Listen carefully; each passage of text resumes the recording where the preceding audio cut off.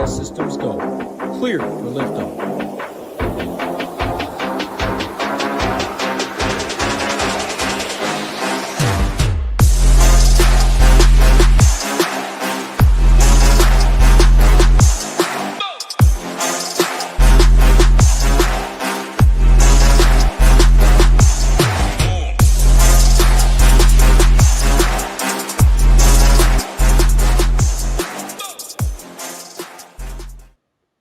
What's going on, golf fans? It's your boy Luke here with our round 2 showdown stream for the Canadian Open. Gonna get you guys ready for all of your lineups with, first off, a look at the weather reports, some of the strategy for Friday's slate. We'll talk player pool, what to look for when actually finding your plays, as well as some strategy when putting together your lineups as well. So any sort of player deep dives that you want, feel free to go ahead and let me know in the live chat. Any strategy-based questions, you can hit me up with all of those as well. But hopefully your Thursday has treated you guys nicely, has been a very good start to the week over here. So I'm stoked on how things have gone so far and ready to get back after it out there for rounds 2 through 4. So hopefully it's the similar type of thing over there with all of you guys, and they're ready to get after it for round number 2. I see we got Wayne in the chat. Seems like he had a pretty good day as well. So you'll love to see that. And yeah, Rory tomorrow feels like a pretty no-brainer play, and we'll talk about why a little bit later. We got Steven. Yeah, hope everyone's doing well themselves. And you got Sights down there as well. And you said you tried a 20 max and got railed. Sorry to hear that, but I guess that's why you got rounds 2 through 4. So best of luck, Sights, on the bounce back train, but let's hop on into it. And today, if you would have played what I told you guys to in the round 1 showdown, which was PM Wave players, you absolutely smashed, right? It was a stroke easier in the PM Wave. All these guys shooting -9, -8 were from that side of the tee times. In fact, almost all the -6 or better rounds, in fact, all of them were from that PM side of the thing. So that was because they weren't dealing with all the rain, also higher temperatures, ball was traveling a little bit further, all very predictable. And why I said I think the biggest weather edge for this week was probably going to be in round 1 showdown. So hopefully a lot of you guys were able to take advantage of that. It was massive for my props. They completely mispriced the PM guys. It's like they didn't know that this was going to be coming. So if you stacked some lineups, you're probably feeling pretty good heading into the rest of the weekend. Of course, if you stacked that side for showdown today, it would have been pretty hard not to profit. So I didn't end up taking down any GPPs for showdown, but did end up having quite a decent ROI. Looking at like about 2.5, 3x. Still some guys still out on the golf course, so it might juggle around just a little bit. But this is the power of a weather edge, especially at a brand new golf course in round number 1, where all the people that have the lazy narratives just play the morning guys. And it's not always going to be the case that the PM Wave is playing easier, but that's why I wanted to mention that edge yesterday, was because a lot of the people weren't even going to look at the weather for the round 1 showdown lineups, and we're just going to jam some of those morning starters. So, I tried to personally make a lot of those people pay with their lineups today, because weather is very specific to every slate, right? You can't just only play the morning guys and get away with it. I think in general that normally is the better side of things, but not so much when we have this kind of a weather situation. But unfortunately, the weather is not going to be as drastic for tomorrow. So this kind of a weather edge where it was a shot between the two waves, all the guys -6 or better from the one side of things, is probably not going to be the case for tomorrow. Because if we take a look at the weather forecast, no rain in the forecast as of right now, and the wind gusts are also pretty flat. So the one real difference I'd say from the morning to the afternoon might be temperatures, which are going to be higher in the PM hours. In the morning, closer to 53 degrees when the first few guys are teeing off.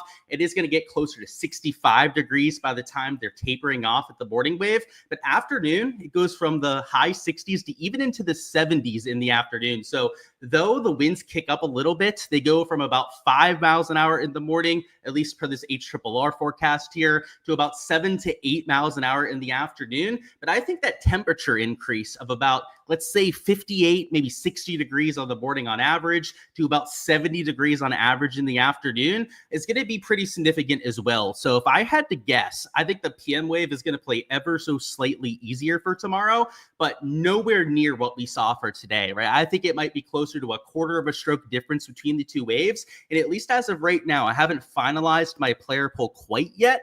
Almost. I've got like 35 guys in there as of right now, but there is no bias whatsoever versus one side or the other. In fact, I went out of my way to make sure I kind of balanced it between AM and PM wave because I don't see there really being that tangible kind of edge. In fact, when we go back to the stat averages after round number 2, I would be pretty surprised, I would say, if the spike performances only came from one side. So you're going to see me playing guys from both sides of tee times. And I think any sort of really big edge for main slate was all going to be out there from round number 1. In fact, it's probably going to come back down to earth a little bit tomorrow, just because I do see the PM side maybe playing a little bit easier than what you have in the morning.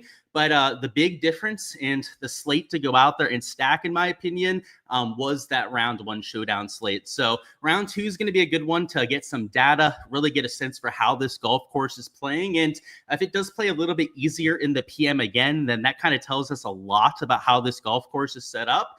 And we can use that for rounds 3 and 4. But at least my official stance when it comes to the showdown slate and how we should be treating things in round number 2 is that it shouldn't even be a part of your process. In my opinion, going 2 in on the weather tomorrow would be galaxy braining and overthinking it to the furthest extent. A 2 to 3 mile an hour difference in wind is not significant enough to warrant a difference. And the same thing with the temperature. It's about a 10-degree difference between the morning and the afternoon. It'd be nice to have low winds and be going off when it's 70 degrees. But even then, right, if we made it the perfect situation for one of the two waves and then the worst possible situation for the other wave, that'd probably be like a half a stroke difference in that kind of situation. So without the kind of rain, which by the way, wasn't even just the rain that bothered players this morning, it was also the heavy air that accompanies those sort of storms. Even when it's not coming down heavy with raindrops, you still have that misty air, which really prohibits the players from hitting the ball their furthest distance. And you saw that with the driving distance. If you tracked a lot of those morning guys, they were only hitting it like 285, 290 yards. The guys in the afternoon are still going to hit it a hair harder than what you have in the morning tomorrow, but it's not going to be nearly as drastic of a difference because it's not the cold and the rain. It's just the cold that those players are going to be facing tomorrow. So that's it from the weather perspective. I don't really see too much there. And now let's talk about building a player pool. So in rounds 2 and 3 showdown, when we don't have the placement points in play, game theory is always going to be at the top of the totem pole when it comes to importance. By game theory, I mean making sure we're taking low-owned plays in our lineups. We're not going to have ownership to go through quite yet. Of course, my site, my Patreon page will have that later on. Also, the SHIPIT Nation site, an hour, maybe 2 hours after lock-ins, they're going to have that uploaded on there. Building a player pool, though, is another important part of that process. And I'm a huge proponent for actually having rhymes and reasons for getting to all of your plays, especially when you have a round 2 showdown slate where there's 155 players that you can choose from. When you have so many different options to try and comb through for just one round 2 showdown slate, you want to have reasons to get onto plays. And we're going to go through my process here. That's the purpose of these live streams, right? To give you guys some perspective into what a pro player is doing, to show you the kind of things that I'm looking for in my plays.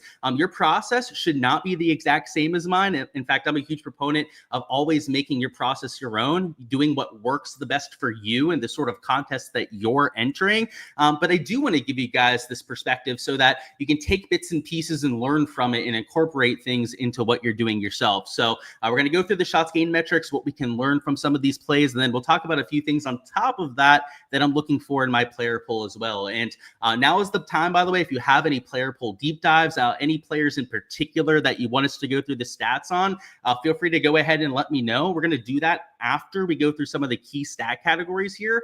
But anyone in particular that you want to for sure make sure that we touch on together, now is the time to throw that in chat. But before we do so, before we go through these categories, let's see what's going on. We got Seafloyd there. We got Kep down there too. What is going on? No wind in the afternoon. The nuts out there. Yeah, it was pretty sweet. Especially in props. Like, I didn't think it was going to play a stroke and a half easier. That just made it super easy to end up having a good day on props. So you have to like that for sure. Mike says to smash a like button. You heard the guy. Get to it, guys. And anything stick out with what to target. So with the golf course, that's a great question, Mike. I hadn't really given it that much thought, but I'd say driving distance is definitely a factor. I was already kind of looking at it. I know the prevailing narrative was bomber this week, and I did mention we never know how it's really going to play. it does look like there's some merit to that. It was wide open off the tee. It was playing along with the damp conditions. I will say, though, that as the course dries out and that you start to get more rollout in the fairways, it's not going to play as much into their hands. So today was probably the most drastic example of that. And I think people were right that were saying that on their podcast this week. And he said, you need a birdie from Castillo for the showdown win. Fingers crossed for you, buddy. That would be awesome if he could get it done for you. Let me know what ends up happening there. What's going on, Alan? Thank you as always. Of course, Alan, I appreciate the kind words. He said, nice ball striking day by Toasty the Mosty. I like the nickname there. And he said, you generally like him when he's striking it well.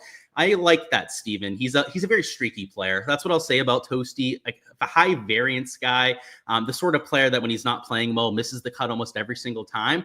But when you get him on a good week with the ball striking, the putter can kind of come and go as well. I like that for Toasty. So we'll go through the stats here in a few minutes, but let's go category by category first. So we're going to start with ball striking, and this is what you want to see from your players in round number one. Ball striking, by the way, is a combination of shots gained off the tee plus shots gained approach, just so you know how they get to that sort of a number. And the reason why I say shots gained ball striking is what you want to see from your players is because that's the most consistent part of golf. That entails a player's golf swing, whether that's hitting their drives or hitting their irons into greens. And that part of golf is something that you can sustain from day to day. It's why you hear players talking about working on the range on their swing, trying to find something after them struggling on the golf course, because if they can find something on the range the night before, sometimes it's as easy as waking up tomorrow, right, having that same swing thought and then executing on that and having yourself a much better performance. So the guys that already showed it to us on the golf course that gained 2.5 strokes into the shots gained ball striking are going to be towards the top end of my target list. Now, the other thing we have to consider with this is that you're not the only ones that are going to be looking at shots gained ball striking. Ball striking stats are a well-known commodity in the PGA DFS community. Everyone kind of knows that it's what you want to see from your players the most when you're going through their stat profile. So these guys that gained 3, 4, 5 shots gained ball striking are all going to get a little bit of a bump in ownership. And ownership is going to be a little bit more of a factor when we talk about building lineups here together. That'll be in probably 10 minutes. But you know, these guys towards the top are going to come with higher ownership in most cases, and that can detract from how good of plays they are. And especially for round 4 showdown, that's going to be an even bigger focus from the ownership angle. Round 4, the reason why the ownership's even more inflated towards the top is because we have the placement points in play. But even in rounds 2 and 3 showdown, where we don't have the placement points like we have for main slate or round 4 showdown, even in round 2 and 3, those guys are way higher owned than the rest of the board. So you could make an argument just in general. This is just a general statement about the guys up top that most of them are fade worthy if that's the case. If they're going to be higher owned just because of their placement position and they're not getting credit for starting at that portion of the board, then why would you want to take that inflated ownership? Now, can there be a player or two that you're using that is inflated ownership? For sure. Like if you really want to play Shane Lowry because his ball striking was excellent and he's T5, he'll probably be at least 20% owned in GPPs for tomorrow. You can get away with it because it's not who you play, it's how you play them. But around a Shane Lowry and that kind of showdown lineup, you would want a whole bunch of differentiation. In fact, your other spend up might have to be somebody that is sub 10%. Sorry, excuse me there. Let me get some water. Sub 10% owned though. You're really going to have to force your hand at one point, which is something you're going to have to consider, right? Because there's, cost involved with having to go to a pure pivot towards the top. You're not going to be finding somebody with nearly as good form as some of the other spend up options, which is why you have to kind of weigh that and, figure out whether you want to go with one of these guys that's towards the very top of this list, or a Mackenzie Hughes, for example, who he had a really good ball striking day, but he's only T43, and that might go a little bit more overlooked. Or, for example, a Kevin Roy at T43, Tyler Mawhinney. I have no idea who the hell this guy is, so I'm not going to play him tomorrow, but really good stat profile, gained ball striking, but lost about 2.5 strokes with the short game. These sort of players that are a little bit sneakier, not starting in the top 5, top 10, are my favorites when it comes to a round 2 showdown slate. So you can use that same sort of idea and extend it the whole way down the board. And it's not just the leaderboard, but it's also the shots gained ball striking stats. Like sometimes I like to go down here to the 2 to 3 shots gained range to try and find these ball striking poppers. Like, for example, when Adam Hadwin, he's the hometown guy, same thing with Mackenzie Hughes. By the way, Hughes also gained ball striking, but didn't do that well with the short game. It's the same thing with an Adam Hadwin. And because he's at T31 and he's down in the 6K range, you're probably talking sub 5% ownership for sure on a player like Hadwin. In fact, I was running my first set of ownership projections before I got on here, and I think I had him at about 3% for tomorrow. And that's even accounting for the fact that I knew I was going to talk him up here on this stream, and that more people are probably going to play him because I'm pointing him out here. But he's a perfect example of a slightly sneakier play down low that you're not taking it all that sort of ownership. And the other thing to consider too is that 6K guys are 6K guys. Even if they had a really good start to their week on Thursday, they're still 6K players. So for example, I hate to pick on players, but we're going to pick on a few up top. Jackson Suber, he's got a really good stat profile. He gained 5 strokes ball striking, but lost about almost 3 between the short game categories. Looks really good on paper, but it's Jackson Suber. Do we really think he's going to be an all-world ball striker for multiple days in a row? I have my suspicions about that. David Skins, great to see the old guys having some success. A really good stat profile, nearly 5 shots gained ball striking and lost nearly 3 between the short game categories. You got to remind ourselves, though, that it's old man David Skins. Do we really think he's got his fastball for 2 days in a row? Sometimes you have to use logic when you're going through these stats as well and make sure that you're still targeting players that make sense. So, for example, that Tyler McWhinney guy, again, I have no idea who the hell this is. Use logic at some point, right? A stat profile is only a stat profile. Still make sure that you're playing players that you'd still use in your showdown lineup. So I like to mention that because these shots gained metrics aren't the end all be all. They're just one tool that helps you get onto certain plays, much like we were mentioning the ownership and having to factor that in for all these guys as well. And then the other thing I'll point out would be the shots gained short game. So these guys that gained a bunch with the putter and around the green. Short game, by the way, is around the green plus putting, right? Just like ball striking is off the tee plus approach. The short game is kind of just a shortcut to combine those two categories. These guys that gained over 3-4 shots gained short game are due for some short game regression. So, for example, Thorbjorn Olesen, probably not going to gain 5.5 shots gained putting in back-to-back rounds. Paul Peterson, Justin Rose, Cristobal de Solar, who sniffed 59 at some point today. Those kind of guys that were well into the green in these two categories. Like a Dietrich was into the positive in both there. Cameron Champ had a really good around the green and putting day today. It's going to be very difficult for them to do that again tomorrow. Now, could they still go low? Yes, but it's not going to be their putter and around the green that does it very often. It's mostly going to be those guys flipping their ball striking around. So, for example, like, it's not to say that a Cameron Champ is dead. If he still ball strikes it like he did today, gains 3 strokes in those categories, and then is a neutral with the short game, that is still a really good round. It's probably like -3, -4 tomorrow, but it's not going to be that -8. Because of how lucky he was in those short game categories. So these guys that gained a whole bunch of strokes over here, unlike the ball striking, I kind of hold it against them a little bit. And it's not to say that it's a terrible thing that they're gaining all these strokes. It's just that you can't really count on that happening in back-to-back days. So around the green, it goes the same way. These sort of guys that gained over 1 stroke around the green, probably not going to be able to do that in back-to-back days. And if they were sketchy with the ball striking stats, like you can see for a lot of these top tier players here, then they're probably going to be fades in my kind of exposure, unless you're getting them at super low ownership. Because there's something else to point out here. And just like I said, these are just one part. It's just one part of the puzzle. It's only one round as well. It's only 18 holes of golf. A lot of wild stuff happens for just one day of golf at a time. So, for example, the guy at the top end of this list, Sungjae M, terrible stat profile, losing ball striking, gained about 2 strokes around the green. Stat profile would say that he'd be a terrible option for tomorrow. Well, there's always the or he could factor. And, every time I say that, I think of my guy DGen75 James and him saying that so much on the shows that he used to do. Like Sungjae would be the perfect or he could kind of guy. It's like, okay, he had a terrible day today. He could never do it again, or he could, as James used to say. And he'll be in my player poll, like, for example, a Sun GM for tomorrow, just because he's super low owned. So the shots gained metrics are one way to get onto players. The ball striking stats, by the way, there's 4 reasons I'm playing guys for my round 2 lineups. The ball striking stats were 1. So guys that were towards the top end of that list, that's one way I'm getting onto guys on my player pool. Another is the short game regression. So we haven't quite gone to that yet, but that would be guys that lost a whole bunch of these short game categories. But they're maybe, if they were just a neutral, they could have been a whole lot better. I'll play a lot of those guys in my lineups. I also look for high upside players. So those are guys that make a whole lot of birdies towards the top end of the birdie or better percentage list.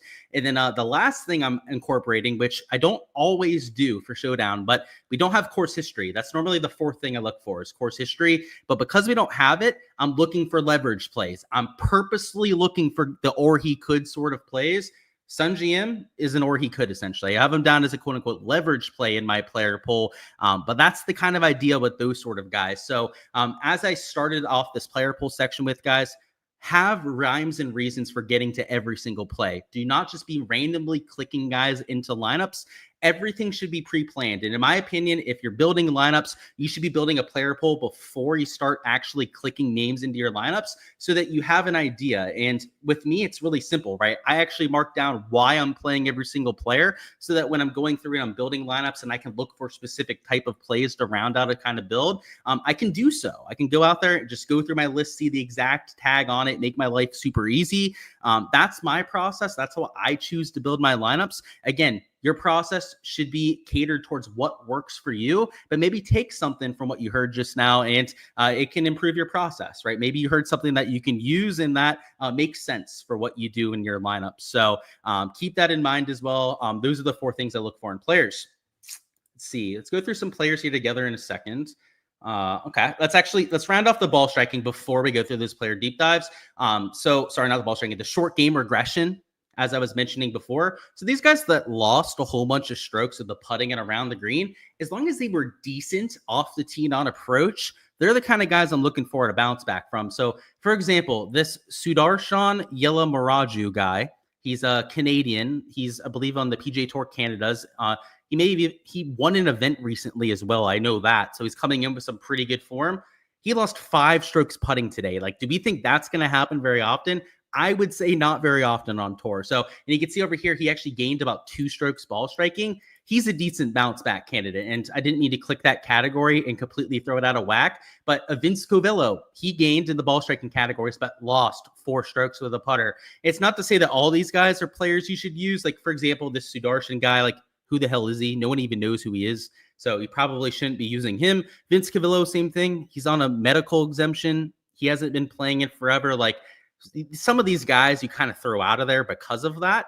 But when you find like a Carl Phillips who was decent ball striking but lost over 4.5 strokes short game, that feels like a bounce back spot. Kurt Kitayama losing 3.5 strokes putting, that feels like a decent bounce back stud. Mackenzie Hughes, we looked at the ball striking stats before. He lost over 3 strokes on the greens today. That's probably not going to happen very often. Isaiah Salinda lost about 4 strokes with the short game categories.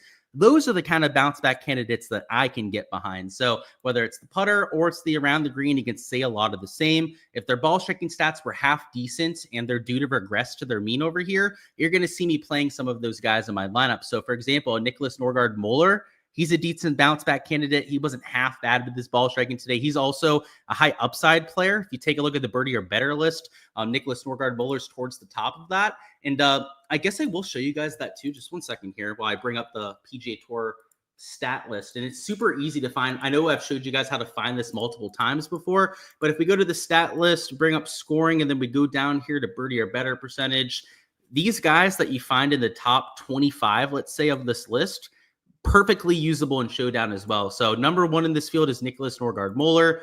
Again, I didn't mean to click in and bring up his profile. But a Keith Mitchell is a high upside player. A Harry Hall, you could say, fits that kind of description. But there's Sun GM, right? If he's going to be super low owned after his struggles today, right? A bounce back candidate that you could take at low ownership. I think a way to get to them could be to look at this birdie or better list. And Danny Walker, Matty Schmid is towards the top end of this list and also in this field.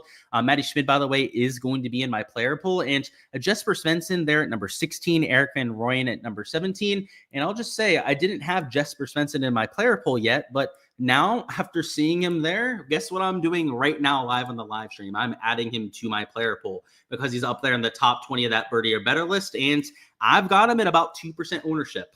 in my projections right now. So that's another way to try and find some of your pivot plays. And the reason why this matters, and we've covered this a few times, so pardon me for kind of glossing over that before I started going just into the players, but DraftKings scoring is all about the amount of birdies you make. That's the number one driver of your DraftKings score. Obviously, a birdie streak helps. Bogey-free rounds, sure, extra 5 points if you're able to pull that off. But a vast majority of that 50 to 60 point score that you're hoping for is going to be because of the amount of birdies that you're posting. So why wouldn't you look at birdie or better percentage, right? Would be my question for anyone kind of questioning that. So birdie or better percentage, really good to look at for a round 2 or round 3 showdown slate. And the shots gain metrics, as we were going through before as well, another kind of data point that you can use. And what I love about the stone that they have on the SHIPIT Nation site would be things like round 2 historical. That's another data point that you can add on top of it. They've got the approach series. They've got the putting series, which are the absolute nuts,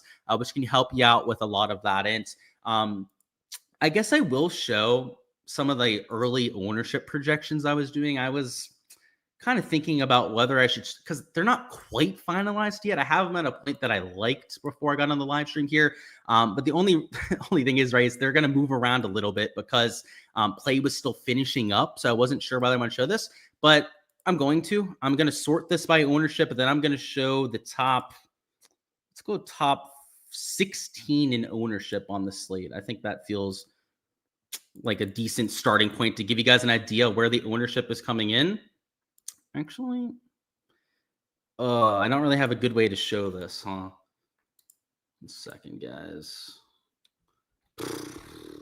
I'm trying to black out my projections, right? Because I can't just like show everything, but you know, whatever. I'll show the raw projections. I guess that's not that big a deal. Here's the ownership up top. So obviously we just went through building a player pool. The other aspects get to be ownership, making sure that we're getting pivot plays and not taking too much chalk.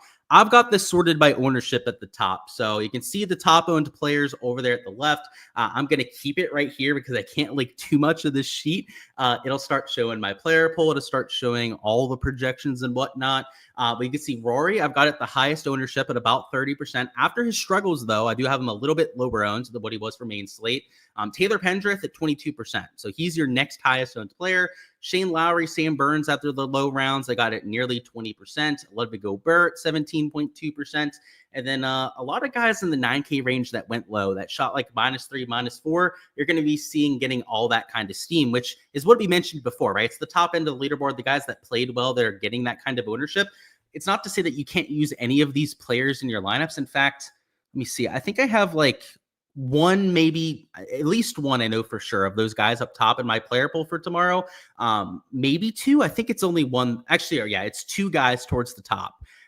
Rory McIlroy is also in my player pool. So there's two guys towards the top that I am using at that sort of ownership. It's not who you play, it's how you play them. Just keep in mind that around that kind of ownership, around a 20 or 30%er, you're really going to have to offset that at some point. So that's why having a site like the SHIPIT Nation, their projections for Showdown are so important. Why having a subscription to a site like mine on my Patreon page is so useful, is so that you can have those accurate ownership projections and make those game theory decisions. So I just wanted to give you guys a taste for the top end of the board there and to show you how correlated it is to that leaderboard. Because if we go over here, let me actually refresh this so that we have the latest data on here and then sort it by the leaderboard.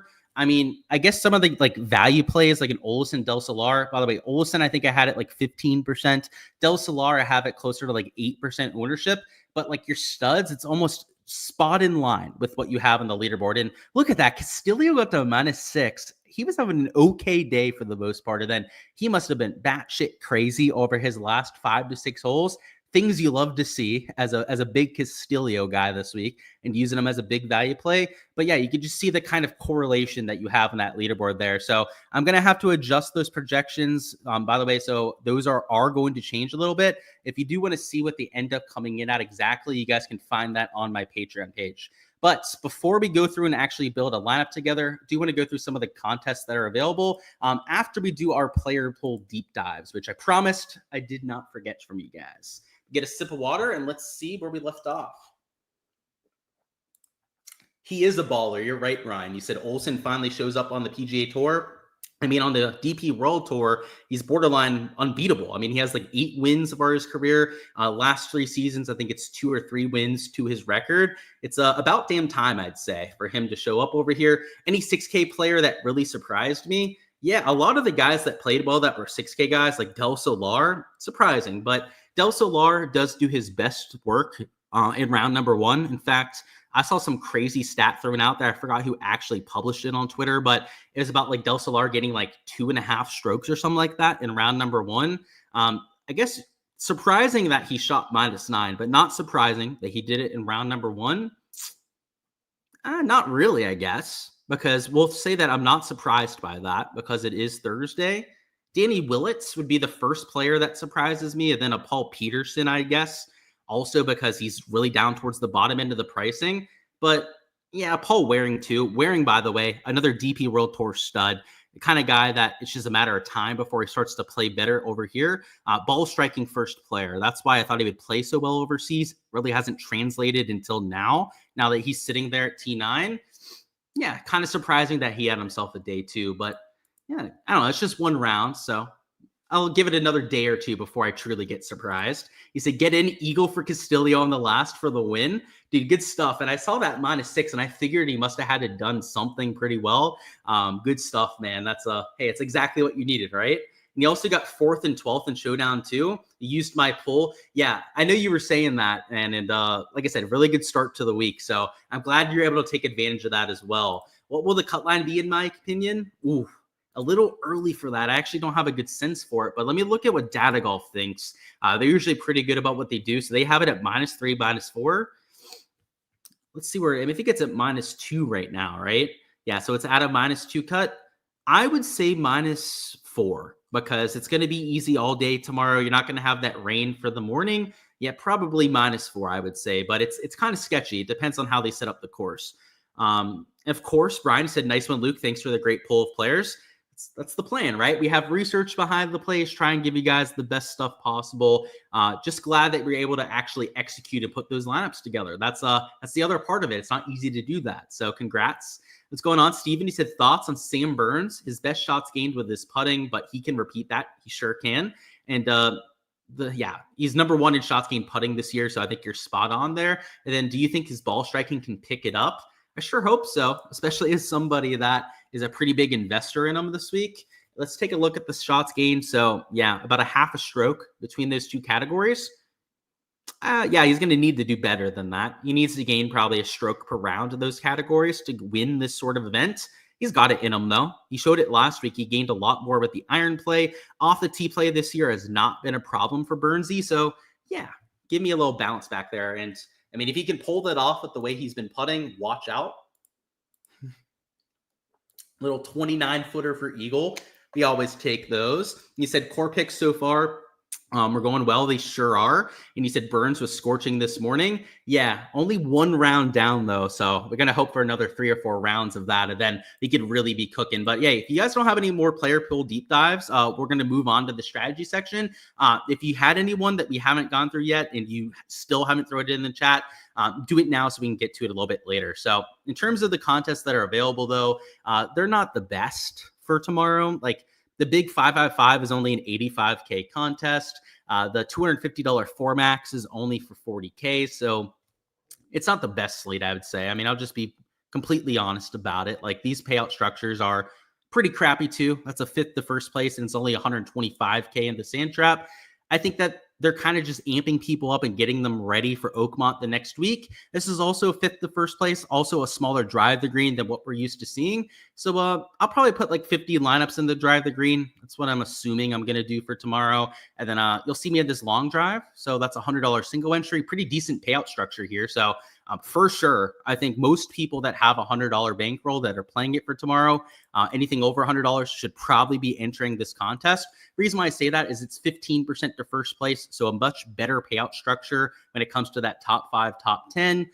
Also pretty decent size contest, right? Especially compared to some of the other ones that we have available. So, I mean, I would say a lot of people watching this should probably be entering that one. This dog leg is a good one too. It's a 12% to first place, I believe, which is decent payout structure. It's even better actually than that 15% to first that we were just going through with that driver. But this is another good one, right? Maybe if you're a smaller bankroll player, you enter this one as opposed to the $100. But because it's a flatter payout structure, if you don't take down first place, you're still going to get a very respectable payout. So that's why we like those contests. Let's find the $12 single entry. That's this albatross right here.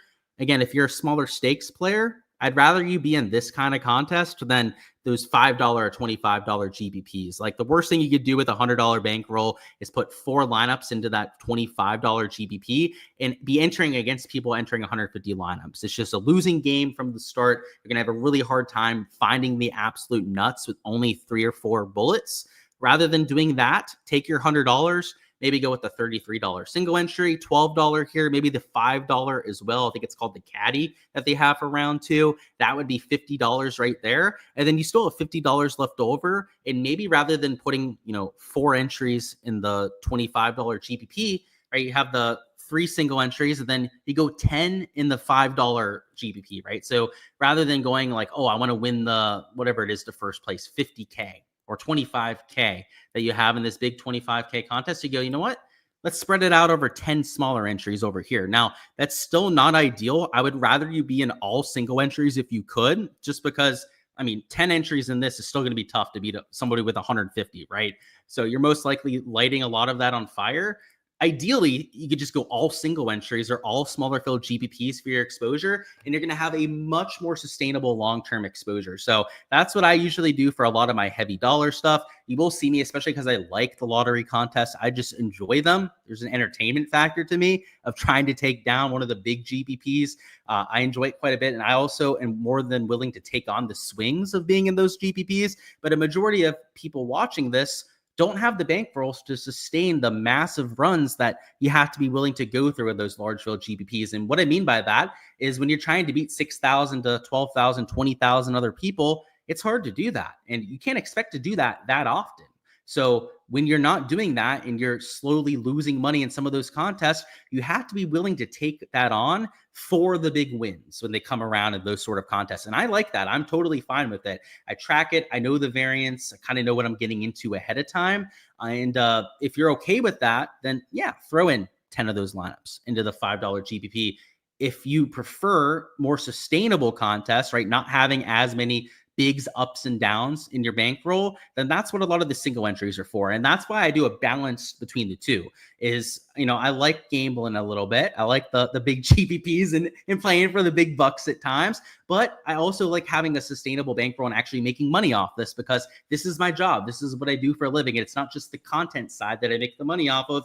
I make more money off of my actual exposure than I do off the content at this point. So that's why I'm so adamant about entering those sustainable contests, because if you want to grind out the best ROI, that is the only way to do so, is to really focus on those sort of contests. So it's not even just people out there that I think that should be entering those single entries. It's everyone. Like no matter your stakes, no matter your experience level with PGA DFS and Showdown, those contests are the ones that you should have the most of your exposure behind. And if we as a community start to play those contests more, well, guess what's going to happen? DraftKings is going to start to post even more of those contests, and they're going to try to appease us more and give us more options to go out there and do so. So that's another reason I'm so adamant about trying to do so, is so that we can get better selection as a community.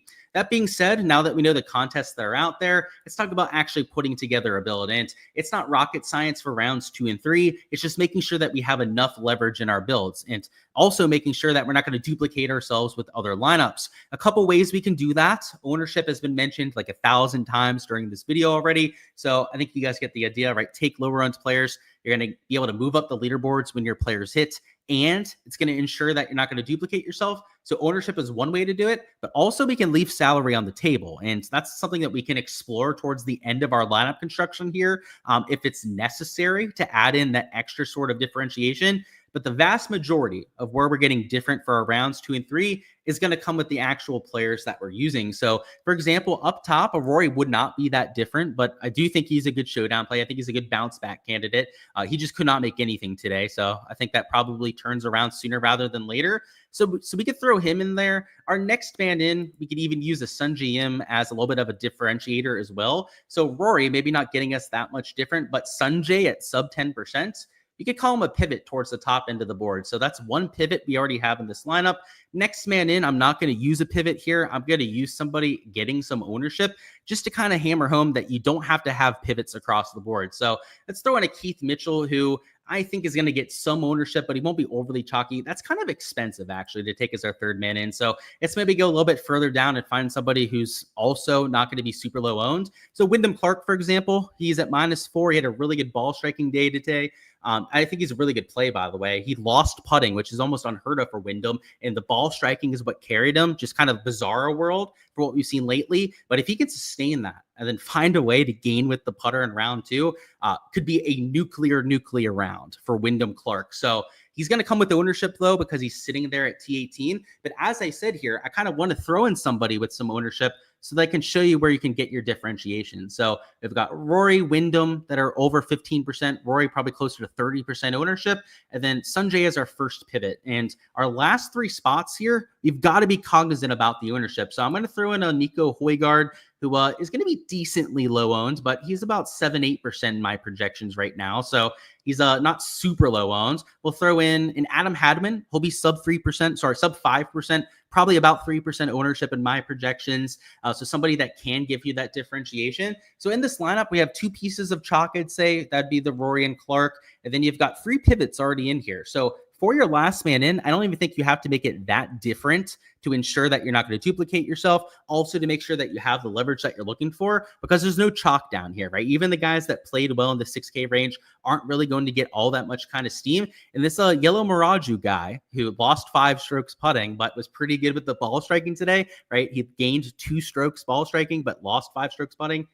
Might be the look at $6,400 because, he fits a lot of the things we were looking for in the stats. I'm playing him in round 2 showdown. I'll just say that, even though I don't really know who the heck he is, I'm taking a shot on him down low. I need somebody down here at $6,400 to throw into my player pool. And if you used him as your last man in, you'd have enough leverage here. And at the same time, you'd still have a lot of plays that make sense. Like Sungjae, one of the best birdie makers on tour. Like there's a reason why you'd use him as a pivot. Nico Højgaard, just really good ball striking. Did not make that much on the greens today. Also, he's a top 25 birdie maker on the PGA Tour. He's number 23 on all the tour this year. And then Adam Hadwin, I know we didn't do we did do a deep dive on him before, right? He was gaining ball striking, but lost about 3 strokes to the putter. These were all guys that came up in our research, even that last minute, if it was Yellow Miraju, as you're using as your last man in. So there is a rhyme and reason for getting to all these different plays. And we've also balanced the ownership.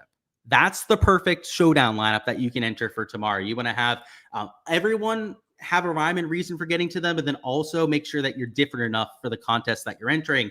Now, if it was a single entry or a smaller field GPP where you're not entering against like 5 to 10,000 other people, that's where you can open it up a little bit and perhaps start to take a little bit more chalk than you would in those large field GPPs. But even then, having differentiation is always a good thing. It's always a good thing to not be sharing a player with a whole bunch of the field, even if you're only having to beat like 50 to 100 people, because let's say that you're the only one that uses somebody against 50 to 100 people and they're the absolute nuts. You don't want anyone to have that player if you could have it your way. So even if you can get away with it, right? Even if you're not going to duplicate yourself in like a 50 or 100 entry contest, that leverage is always a nice thing to have. So that's all I've got, guys, for the round 2 live stream. Best of luck with everything that you guys are going with. I hope you can see a lot of your logos towards the top end of those GPPs. Make sure to check out the SHIPIT Nation site for all of their projections a little bit later on this evening. And of course, my Patreon page for everything that I'm doing, which will be live on my site in the next 30 minutes. Just have to do a little bit of adjustments to the ownership before I go ahead and publish that. Maybe add a player pool, player or two to the mix before publishing it. So you can check out all of my stuff over there. there. Player poll projections all on that sheet. And the SHIPIT Nation crew has you covered for all of the projections over there too. And if you're not already a member to either site, I'd recommend doing so as quick as possible, because both sites are going to make you an infinitely better showdown player. Not only are you going to get the best projections in the industry, I stand behind both of our sites as like by far the best for what you get on Showdown. The true sweaty tryhard mentality as well, giving you all the extra data to go out there and find your top plays. You're not going to find a better product than what you have at either of these two sites. So check them out if you guys haven't already. My Patreon page is GSLukeDFS, just like my YouTube channel. And for all the prop and betting stuff for round number 2, guys, you guys can find that on my YouTube at 9 p.m. Eastern time. So here we did the fantasy and the DFS stuff for DraftKings. Try and keep the live streams and the content separate based on what people are looking for. Later on, if you're on sites like Underdog and Prize Picks, if you do matchups, 3 balls, that kind of thing on the sports books, that's what that live stream is going to be for. And like I said, it's on my YouTube channel. That is GSLukeDFS. Today, by the way, was unbelievable for props. It was a good showdown day, a good DFS day for sure. Decent start across the board. But on the prop side, we gained, I think it was 15 units when it was all said and done in round number 1. Matchups ended up all hitting. In fact, of the stuff we talked about last night for Underdog and Prize Picks, every single prop hit, not a single one missed. And then for the matchup side, we went 2 out of 4 for the matchups we ended up playing. So just check it out if you guys haven't already. We've been doing really well on that side, and it gives you even more insight into these golf courses. We're not just talking about plays over there, but it's just as process-based as what you see on this side of things. We go through the stat averages, kind of teach you what we had at the golf course. We go through pin locations, show you exactly how the golf course is going to play. And then we go through every single category on these prop sites and give you a game plan for attacking it. So, you know, whether I think in general it's too high or too low, I'll give you guys an idea of how to find research, like in how to actually find who the best players are in every category. You'll learn a whole lot about researching golf just from that live stream, even if you're not already a big bettor of like Underdog and Prize Picks and that sort of thing. And hey, you've got to start at some point, right? In my live streams, I try to make them as, you know, low level as possible, as like introductory level as possible, so that anyone can watch it and learn a whole lot about how to attack the next day's slate. So check that out if you guys haven't already. Best of luck, as I was saying, with all of your exposure for tomorrow. And I will go over any last second questions that you guys have as well before we hop on out of here. So let's see where we left off. I said, thoughts on the Rory bounce back? He was happy with how he played with the driver. I like it, man. Like, he's just a world-class player. Sometimes they spin their wheels for a given round. You know, I'll forgive and forget real quickly after that +1. So I like it, man. You said you enjoyed those single entries in the 3 max. Me too, especially the ones that have that flat payout structure. Let's see, your showdown was the same as your kick in the nuts. So your third and kick in the nuts too. Heck of a place to start the week. Good stuff, dude. You think you're going to sleep in again? Yeah, hey, it worked today. I wouldn't change anything. Do we need to guard the hose, as DGen would say? Yeah, Nico can guard the hose tomorrow. He's going to be guarding some of my lineups. Best of luck. And he said, can I do a single entry lineup? I'll give you my thoughts on single entry. We're not going to build a whole lineup together, but in that build we were going through, if it was a single entry, then maybe rather than Sanjay up top, right, I pivot to a player that projects a little bit better. So for example, like in that 9K range, let's find a good example, like maybe a Shane Lowry you could use instead. Now he's a little bit more expensive. You'd have to make it work with the salary, but you can take somebody that's getting a little bit more steam and not feel as guilty about it when you're in that single entry contest. So hopefully that helps you, and you can crush your round 2 exposure. But that's all I've got, guys. Smash the like button if you guys haven't already. Also subscribe to the channel so you guys don't miss any of the content to come, of course, including what we've got for rounds 3 and 4. I'll be doing the same thing for the weekend slates, so make sure to stop on by for all of that over the weekend, and let's crush it over there.